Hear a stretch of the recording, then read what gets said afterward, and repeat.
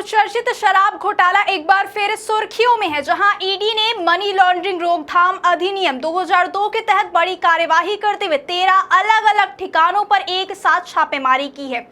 यह कार्यवाही 30 अप्रैल को रायपुर, दुर्ग, भिलाई और बिलासपुर जिलों में की गई, जिसमें शराब कारोबार से जुड़े कई बड़े नाम, चार्टर्ड अकाउंटेंट्स, कारोबारी और कॉरपोरेट संस्थानों से जुड़े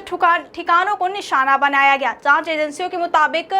इन सभी पर आरोप है कि इन्होंने घोटाले से अर्जित अवैध धन यानी प्रोसेड्स ऑफ क्राइम को हासिल करने, उसे इधर उधर करने और छिपाने में अहम भूमिका निभाई। छापेमारी के दौरान ईडी को बड़ी मात्रा में नकदी, सोना और महत्वपूर्ण दस्तावेज मिले, जिसमें लगभग 53 लाख रुपए नगद, करीब 3.234 किलोग्राम सोना, जिसकी अनुमानित कीमत लगभग 4.86 करोड़ रुपए बताई जा रही है। इसके अलावा कई डिजिटल डिवाइस और वित्तीय दस्तावेज शामिल है।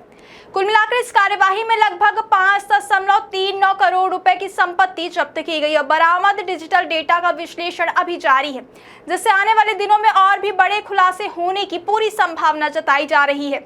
यह पूरा मामला एसीबी और ईओडब्ल्यू रायपुर द्वारा दर्ज एफआईआर के आधार पर ईडी द्वारा जांच में लिया गया, जिसमें सामने आया कि 2019 से 2022 के बीच छत्तीसगढ़ में शराब की खरीद, बिक्री और लाइसेंस प्रक्रिया में एक सुनियोजित तरीके से बड़ा भ्रष्टाचार किया गया। जांच रिपोर्ट और चार्जशीट के मुताबिक इस पूरे नेटवर्क के जरिए अवैध रूप से लगभग 2,883 करोड़ रुपए की भारी भरकम रकम कमाई गई, जिसमें सरकारी व्यवस्था का दुरुपयोग करते हुए अवैध कमीशन वसूला गया और पूरे सिस्टम को प्रभावित किया गया। इस घोटाले में अब तक ईडी कुल 9 लोगों को गिरफ्तार कर चुकी है, जिनमें कई बड़े और प्रभावशाली नाम शामिल हैं, जैसे रिटायर्ड आईएएस अधिकारी, तत्कालीन आबकारी आयुक्त, Chhattisgarh state marketing corporation limited के पूर्व प्रबंधक निदेशक, तत्कालीन आबकारी मंत्री और पूर्व मुख्यमंत्री के बेटे व उप सचिव जैसे उच्च पदस्थ लोग शामिल बताए जा रहे हैं। यह मामला केवल वित्तीय अनियमितता तक सीमित नहीं रहा, बल्कि प्रशासनिक और राजनीतिक स्तर पर भी इसके गहरे प्रभाव सामने आए हैं। ईडी ने अब तक इस मामले में 6 प्रोविजनल अटैचमेंट ऑर्डर जारी करते हुए करीब 380 करोड़ की संपत्तियों को अटैच किया, जिनमें रियल एस्टेट प्रॉपर्टी, बैंक खातों में जमा राशि, वाहन, आभूषण और शेयर मार्केट में निवेश शामिल है।